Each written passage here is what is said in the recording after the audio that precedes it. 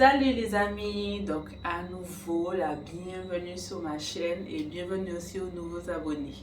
Donc ça me fait trop plaisir de voir les retours positifs que j'ai déjà sur mes deux premières vidéos et j'espère que ça continuera. Donc comme vous avez pu le voir dans le titre, donc aujourd'hui on va parler de l'endométriose.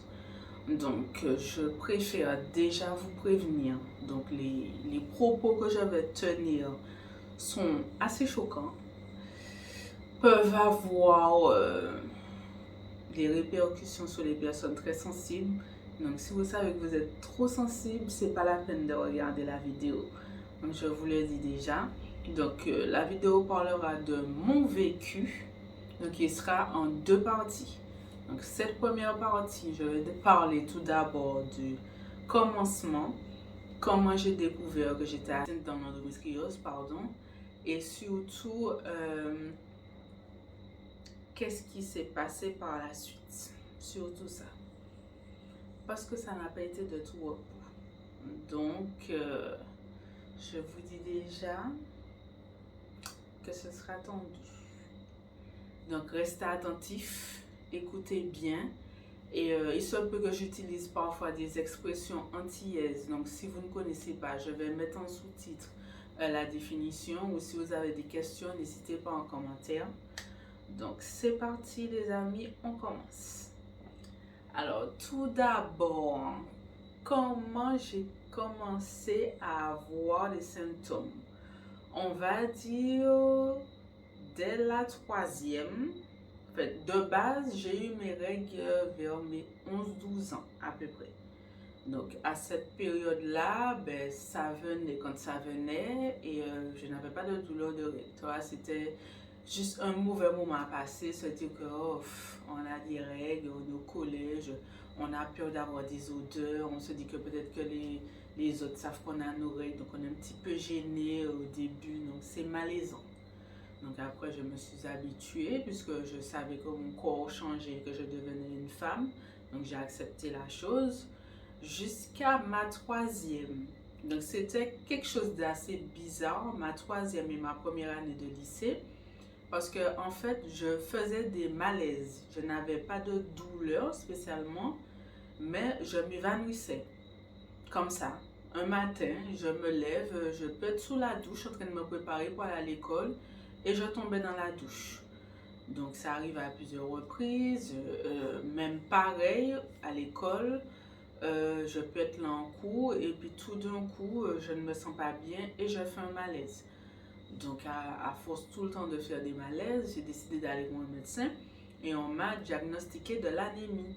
Donc on m'a dit que oui, c'est par rapport à ça qui fait que je peux faire des malaises assez souvent. Donc on m'a donné un traitement pour essayer de réguler parce que l'anémie était vraiment haut. Parce que je saignais énormément quand j'avais mes règles, c'était des hémorragies à chaque fois. Donc je me suis dit, bon, c'est peut-être dû à ça et j'ai continué ma vie. Ensuite, deuxième année de lycée, c'est là que le truc commence à se corser. Là, les douleurs commencent à venir. Donc, au début, c'était des petites douleurs. Donc, ça passe avec un Doliprane, un Efferalgan.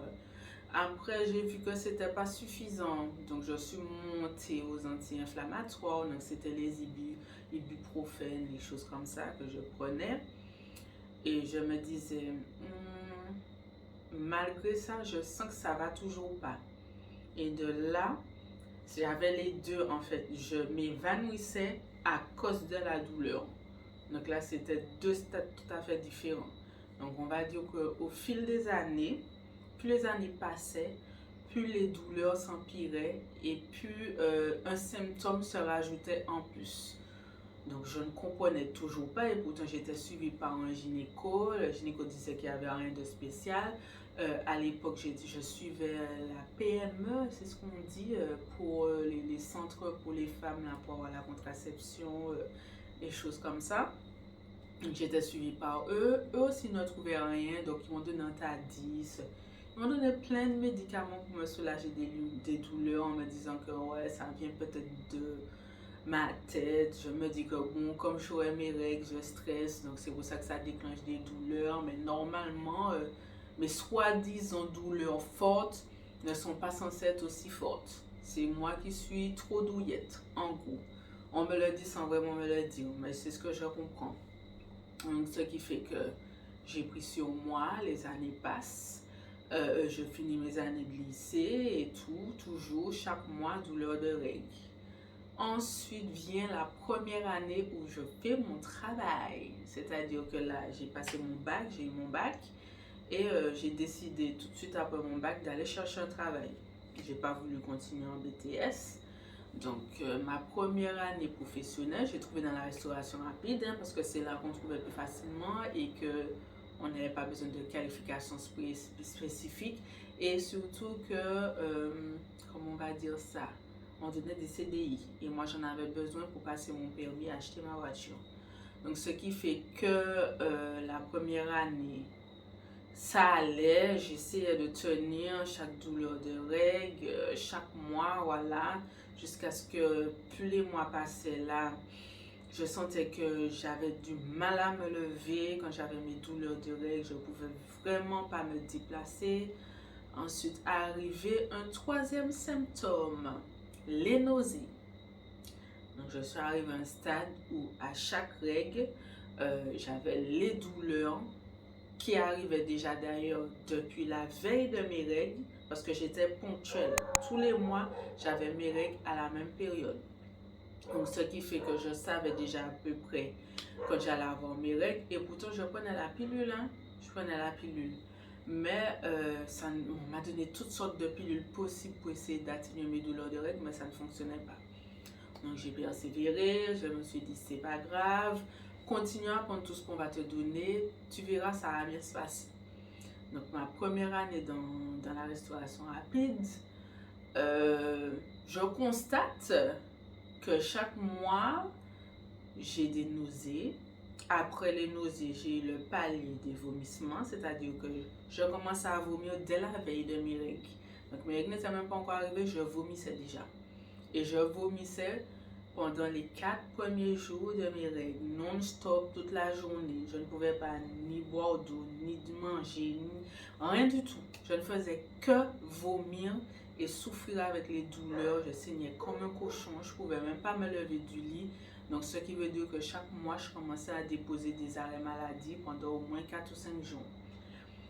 Donc, c'était compliqué à expliquer parce que moi-même, je ne sais pas ce que j'ai. Expliquer aux autres, on me fait comprendre, ouais, mais toutes les filles ont des douleurs de règles, c'est toi qui es trop douillette, je suis une femme comme toi et pourtant je viens au travail, je fais ce qu'il y a à faire, prends des médicaments, ça ira. Donc encore une fois, je prends sur moi, je dis rien, je continue. Et je constate, même bien longtemps après, je constate que je diminue en taille. À chaque fois, mon pantalon, mon uniforme de travail est un petit peu plus large. Je comprends pas. Donc après, je vois que là, j'ai perdu au moins 2 tailles de vêtements. Tous mes vêtements sont trop grands pour moi. Mon uniforme de travail est trop grand pour moi. Donc je suis obligée de demander à avoir un nouvel uniforme à ma taille. Et sans m'en rendre compte, je suis arrivée à un stade que je n'aurais jamais pensé arriver. Sans faire de régime, sans faire de sport, en mangeant la malbouffe de mon travail. Et je maigris, qui est pas ça,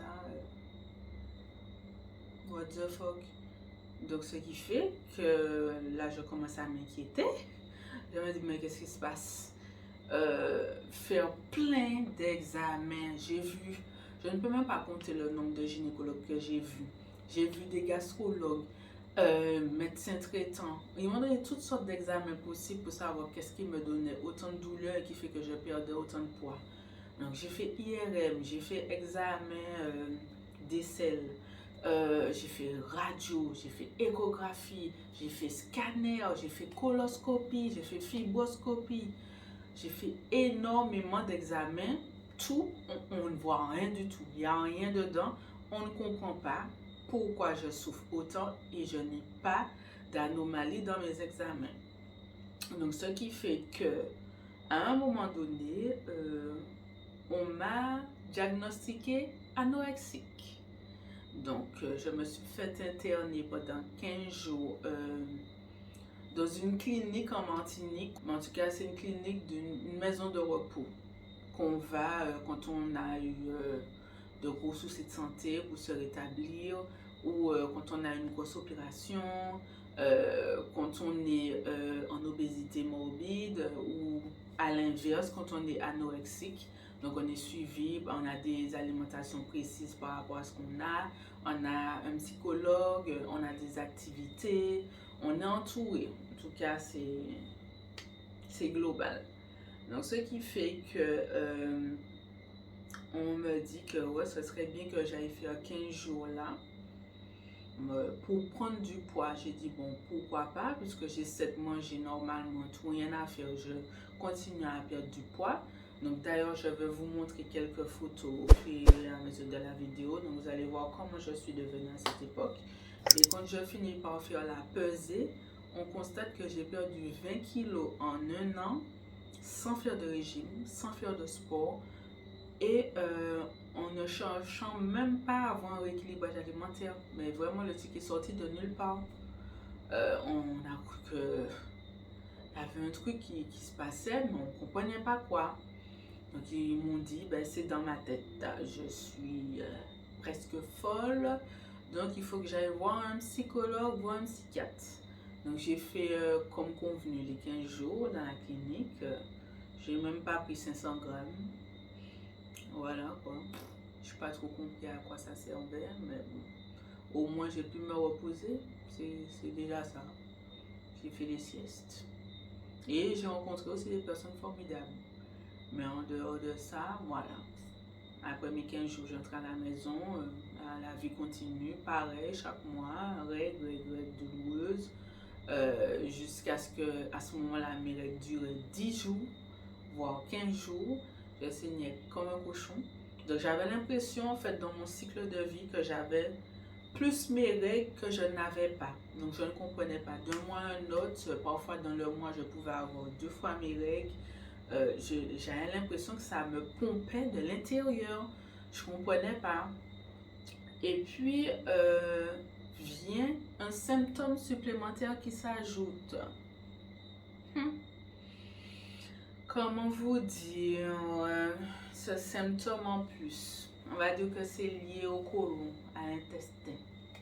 Vous supposez quoi? Donc, je me vidais d'en haut et d'en bas à chaque règle. Et quand je vous dis me vider d'en bas, c'est pas genre une consistance normale. C'était carrément de l'eau.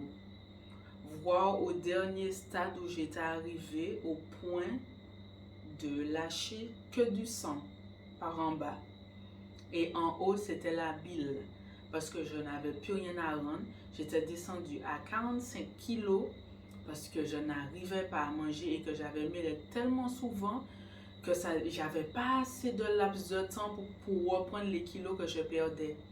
Donc, passer 5 jours sans manger, à essayer de boire un petit verre d'eau tous les mois, non, c'était pas possible. Ma mère, elle a tout essayé. Vraiment, toutes sortes de plantes, toutes sortes de médicaments, des bouillottes chaudes, tout ce qu'il y a à faire, des comprimés anti-vomissement, rien ne fonctionnait. Je me vidais. J'aurais beau prendre des Smecta, des Imodium, tous ces trucs-là, ça ne fonctionnait pas. Donc, ce qui fait que ben, c'est elle, j'étais arrivée à un stade où je n'avais même plus de force de me lever. C'est-à-dire que pendant 5 jours, j'étais alitée et c'est ma mère qui faisait tout pour moi. Donc, elle essayait de me faire des petits bouillons juste avec le liquide pour essayer de quand même mettre quelque chose dans mon estomac. Donc, elle me nourrissait à la cuillère. Elle essayait de me donner du yaourt et elle me lavait, elle me changeait. Elle m'avait installé un petit vase à côté de mon lit pour que je puisse me vider dedans. J'étais incapable vraiment de me lever, c'était pas possible.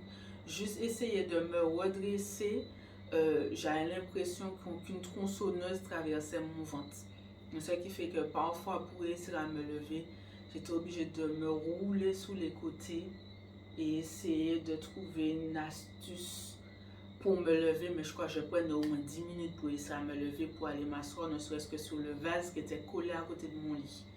Donc, bien évidemment, pour essayer de me soulager des douleurs, je ne faisais que dormir pour ne pas souffrir pendant 5 jours.